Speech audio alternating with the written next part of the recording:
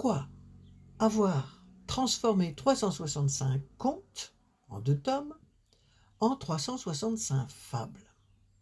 Pour la publication, d'abord, d'une œuvre complète sur le Vercors qui a vocation à la façon de La Bruyère, à transmettre le caractère des Vertacomicoriens, les situations dans lesquelles ils ont vécu dans l'histoire, la géologie, la formation du massif, mais également les différents événements qui se sont produits dans leur histoire depuis des siècles.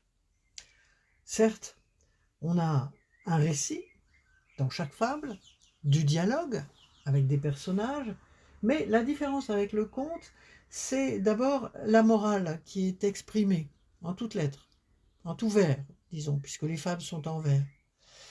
L'avantage des fables aussi, c'est une certaine littérarité qui n'existe pas dans les contes. Le tout venant peut écrire des contes, mais pas forcément des fables. Il y a là une qualité de synthèse qui réfère à une figure de style qu'on appelle la litote, en dire le moins possible pour suggérer le plus possible. Donc ces fables sont difficiles à écouter pour des enfants, à l'évidence.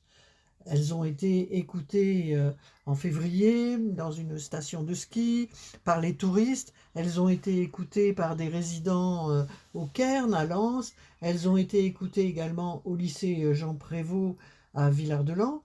Et effectivement, il faut être âgé de plus de 10 ans, hein, jusqu'à 15 ans, pour comprendre les fables. Et il faut surtout s'habituer à une structure qui peut être inversée entre sujet et verbe. Mais à l'impossible nul n'est tenu.